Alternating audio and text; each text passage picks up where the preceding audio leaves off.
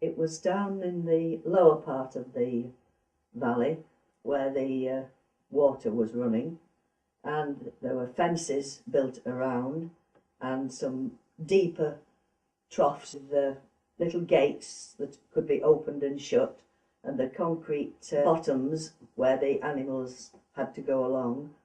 It was a busy time. They had to do the collecting and then bringing them in. One thing was the pungent smell that pervaded the area. It wasn't very pleasant, and the sheep were glad to get out of it as well. The sheep were needing to be clipped in the early weeks in July. Quite a pleasant task actually. Fairly hard work, but not so bad when you got used to it. It was a time when all the people in the valley worked together. People went out up on the hills with the dogs and brought them all in. They were left in a certain field nearby. The sheds were set up. A lot of them could be done by hand, but there were some electric connections as well. The sheep were given a good tidy up, and then the whole fleece was taken from them. They were rolled up and packed into big bags. It was a time when everybody involved was busy, because the farmers' wives all had to provide meals for all the people who had turned up to help with the work. Lambing time was quite important. It was harvest time. Plus, it was any new lambs you'd bought in the back end. You couldn't see these new lambs quick enough to see if you'd made a good purchase. Well, the sheep were brought in. A lot of work went on during the night time as well, checking up on them all. The young lambs were kept in certain areas, and it was nice to see them arriving outside our own front door with Willie with his crook, which he was never without. The field next door to our house was the one where the twin lambs were put in. My mother thoroughly enjoyed watching those, and Willie would tell her how many new ones to look after and tell him about.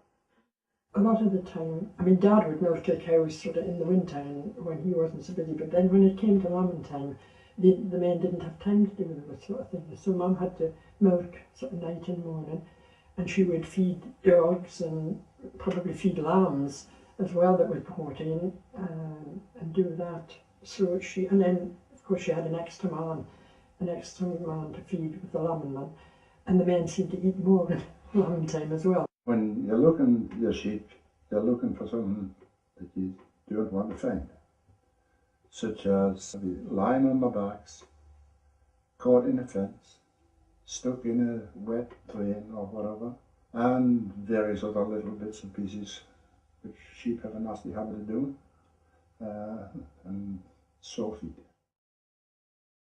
All shepherds had to keep a stock book every May and every November. They had to put a sheet into the farm to see what stock was on the place and what stock had went to the mart, to the slaughterhouse, and when they died and how they died.